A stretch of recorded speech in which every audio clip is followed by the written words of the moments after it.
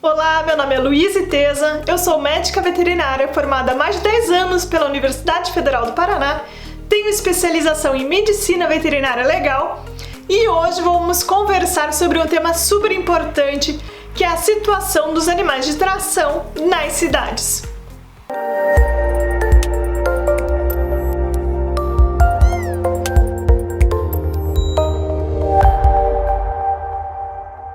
Vamos ver 5 motivos pelos quais não deveria existir tração animal em nenhuma cidade. Primeiro motivo: cavalos são animais que têm um altíssimo custo de manutenção. Os carroceiros, em regra, são de condição socioeconômica baixa e não têm condições de cuidar de um animal de grande porte. Simples assim. Cuidar de um cavalo é extremamente oneroso. A alimentação, por exemplo. Os cavalos devem consumir em média 2% do seu peso vivo em alimentação seca. Ou seja, um cavalo de 400 quilos, que é um cavalo relativamente pequeno, vai precisar comer 8 quilos de ração em volumoso por dia. E provavelmente até mais do que isso se for utilizado capim fresco ou então se o animal for submetido a jornadas excessivas de trabalho. Cavalos precisam também de vermífugos em média a cada 2 meses, precisam de medicação contra moscas que sugam sangue, carrapatos, piolhos, necessitam de vacinações anuais, além de casqueamento e ferrageamento a cada 30 dias. E nós sabemos que um bom profissional, boas ferraduras não são baratas. Quando os cavalos adoecem, o tratamento também é muito mais oneroso do que se fosse um cachorro ou um gato. Pelo tamanho do cavalo, a quantidade de medicação é dezenas de vezes maior e, portanto, mais cara também. Exige ainda a necessidade de transportar o cavalo até um centro veterinário ou então pagar um profissional que vá até o local onde o cavalo está, o que também tem custo. Resumindo, famílias que sobrevivem com dificuldade realizando coleta de material reciclável no lixo das cidades não têm condições de cuidar adequadamente de animais de grande porte como cavalos, especialmente quando esses animais adoecem ou se machucam, o que cedo ou tarde vai acontecer com qualquer criatura viva, seja cachorro, cavalo ou até nós, seres humanos. E eu não estou afirmando isso da minha cabeça. Existem inúmeros trabalhos científicos e estudo após estudo chega no mesmo resultado. Por exemplo, vou mencionar um estudo de 2016 realizado no Rio de Janeiro com cavalos carroceiros. 100% dos animais estava anêmico, recebia alimentação inadequada, estava com hemoparasitoses, ou seja, tinha parasitas no sangue, e estavam com fibrinogênio elevado, o que é um indicador importante de processo inflamatório. Esses animais chegavam a trabalhar até 40 horas por semana, mesmo estando fracos e doentes. Um estudo de 2013, realizado em Santa Catarina, que avaliou 44 equinos que participavam do projeto de extensão Amigo Carroceiro da universidade local, constatou alta frequência de alterações no equilíbrio dos cascos, afetando 100% dos cavalos. Segundo a conclusão deste estudo, isso significa negligência dos carroceiros quanto aos cuidados com o casco e frequência de casqueamento e ferrageamento. Lembrando que o casco, quando não está saudável, afeta todo o desempenho e a saúde do animal, vai provocar claudicações, lesões e muitas vezes até a eutanásia do animal mais para frente. Vou citar apenas 2, mas tem outros trabalhos que eu vou colocar a fonte na descrição do vídeo e muitos outros que eu nem vou mencionar por falta de espaço, mas vocês podem entrar no Google acadêmico e pesquisar sobre saúde de cavalos carroceiros.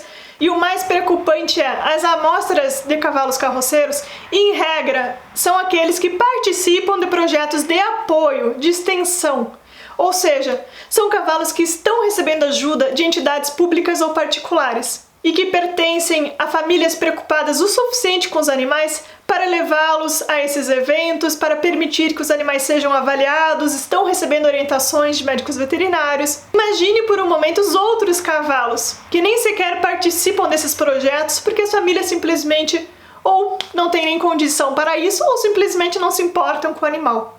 Ou seja, a situação real dos cavalos carroceiros provavelmente é ainda pior do que esta retratada pelos estudos científicos. Segundo motivo, o trânsito. Nós sabemos que uma cidade não é local para um cavalo. O trânsito já é caótico e perigoso naturalmente. Muitas pessoas já morrem ou se ferem em acidentes todos os dias.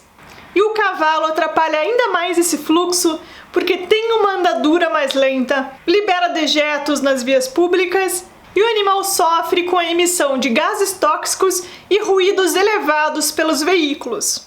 Além disso, a presença de carroças e charretes no trânsito é um risco adicional, porque cavalos são animais muito sensíveis e tímidos.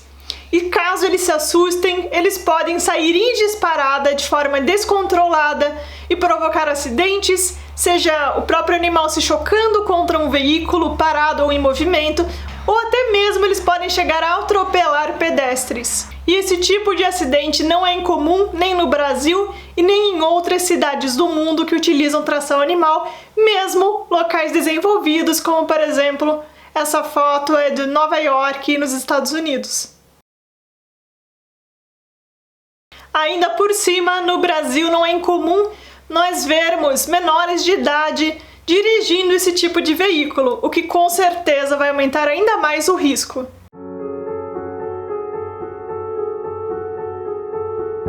Mostram 2 cavalos em disparada pelas ruas do centro após se soltarem de uma charrete. Os cavalos saem disparada até que o condutor acaba caindo. Olha! Valente, meu Deus do céu! Eita peste! Eita, meu Deus, coitado!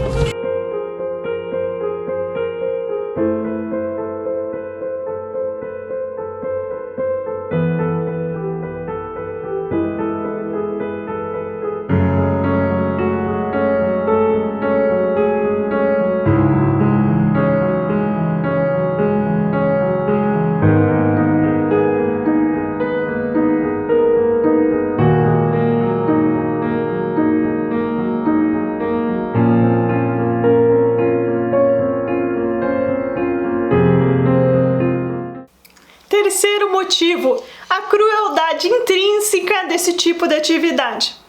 Não existe condutor de charrete ou condutor de carroça na cidade que não esteja com um chicote, um bastão, um galho, uma corda, algum objeto na mão para bater no cavalo e ameaçar o cavalo para que ele puxe a carga. Algumas vezes, quando confrontados, eles dizem que apenas ameaçam, assustam o animal e não chegam a bater de fato. Primeiro, as pesquisas com cavalos carroceiros mostram que vários animais têm sim lesões na pele, mostrando que sim, eles sofrem com esses golpes. E além disso, assustar o animal com um chicote, ou seja, ameaçá-lo, também é prejudicial. Imagine alguém que sofre com um assalto à mão armada. Como é que você vai dizer que não existe violência porque a pessoa só ameaçou com a arma? O ladrão não fez o disparo da arma de fogo. Não importa. Só de alguém mostrar uma arma para você é uma ameaça, é uma violência por si só. E a mesma coisa acontece com um cavalo em que se mostra o chicote para ele. O que está acontecendo ali é uma ameaça e é uma violência. Em regra, os cavalos são obrigados ainda a carregar uma carga excessiva, além das suas forças. Isso não apenas gera sofrimento, mas também propicia o aparecimento de lesões nos membros posteriores e anteriores e claudicações. Além disso, pela quantidade de tempo em que o animal permanece trabalhando e pela carga excessiva, os cavalos que trabalham de forma regular vão apresentar lesões de pele, especialmente em locais onde existe contato ou atrito com a tralha, especialmente na cernelha, que é a região dos ombros dos cavalos, e também na face. E quando não estão trabalhando, em regra são mantidos em isolamento e em condições inadequadas e precárias, por exemplo, amarrados à beira de estrada ou mantidos em baias improvisadas. Sendo que dessa forma não podem interagir com outros equinos e manifestar comportamentos naturais da espécie, conforme revisão literária publicada em 2016 por pesquisadores da Universidade Federal de Santa Maria e Universidade Federal de Pelotas. Quarto motivo, risco sanitário. Cavalos circulando pelas vias públicas sem controle sanitário são um risco à saúde da população. Doenças zoonóticas podem ser transmitidas diretamente ou por meio de vetores associados aos cavalos, inclusive doenças potencialmente fatais ao homem. Por exemplo, mormo, raiva e febre maculosa, esta última transmitida por carrapatos, que não raro são encontrados em cavalos. Um estudo de 2013, realizado no Rio Grande do Sul, testou 125 amostras de sangue de cavalos carroceiros e observou que 60% dos animais teve resultado positivo para um ou mais sorogrupo de leptospira, que é a bactéria que causa a leptospirose, uma doença que também atinge o ser humano. O estudo atribui o elevado percentual de casos positivos ao ambiente insalubre em que estes animais são mantidos. Quinto motivo: o abandono de cavalos.